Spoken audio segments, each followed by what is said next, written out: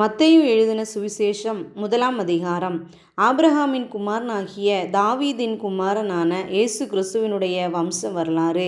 Abraham ஈசாக்கை பெற்றான். ஈசாக்கு யாக்கோபை பெற்றான். யாக்கோபு யூதாவையும் அவன் சகோதரரையும் பெற்றான். யூதா பாரேசையும் சாராவையும் தாமாரிடத்தில் பெற்றான். பாரேஸ் எஸ்ரோமை பெற்றான். எஸ்ரோம் ஆராமை பெற்றான்.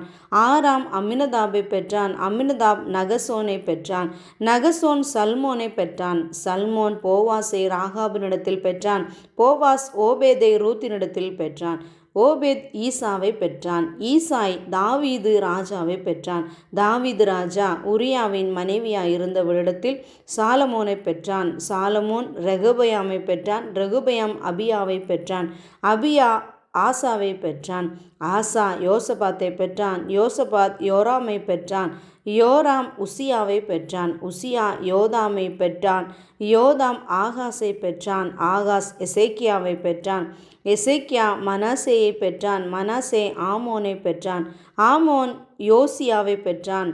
பாபிலோனுக்கு சிறைப்பட்டு போகும் காலத்தில் யோசியா எகோனியாவையும் அவனுடைய சகோதரரையும் பெற்றான். பாபிலோனுக்கு சிறைப்பட்டு போன பின்பு எகோனியா சலாத்தியேலை பெற்றான்.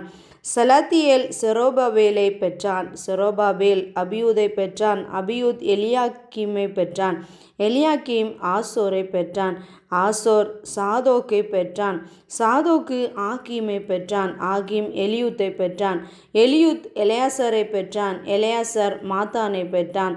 மாத்தான் யாக்கோபை பெற்றான். யாக்கோபு மரியாளுடைய புருஷனாகிய யோசேப்பை பெற்றான். அவளிடத்தில் கிறிஸ்து எண்ணப்படுகிற இயேசு பிறந்தார். இவ்விதமாய் உண்டான தலைமுறைகள் எல்லாம் ஆபிரகாம் முதல் தாவீது வரைக்கும் 14 தலைமுறைகளும், தாவீது முதல் பாபிலோனுக்கு சிறைப்பட்டு போன காலம் வரைக்கும் 14 தலைமுறைகளும், பாபிலோனுக்கு சிறைப்பட்டு போன காலம் முதல் கிறிஸ்து வரைக்கும் 14 தலைமுறைகளுமாம். இயேசு கிறிஸ்துவனுடைய ஜனனத்தின் விவரமாவது, அவருடைய தாயாராகிய மரியாள் யோசேப்புக்கு நியமிக்கப்பட்டிருக்கையில் அவர்கள் கூடி வரும் முன்னே அவள் பரிசுத்த ஆவியினாலே கர்ப்பவதியானாள் என்று காணப்பட்டது. அவள் புருஷனாகிய யோசேப்பு நீதிமானாயிருந்து அவளை அவமானப்படுத்த மனதில்லாமல் இரகசியமாய் அவளை தள்ளிவிட யோசனையாயிருந்தான். அவன் இப்படி சிந்தித்து கொண்டிருக்கையில் கர்த்தருடைய தூதன் சொப்பனத்தில் அவனுக்கு காணப்பட்டு, தாவீதின் குமாரனாகிய யோசேப்பே, உன் மனைவியாகிய மரியாளை சேர்த்து கொள்ள ஐயப்படாதே.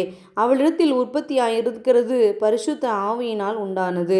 அவள் ஒரு குமாரனை பெறுவாள். அவருக்கு இயேசு என்று பெயரிடுவாயாக.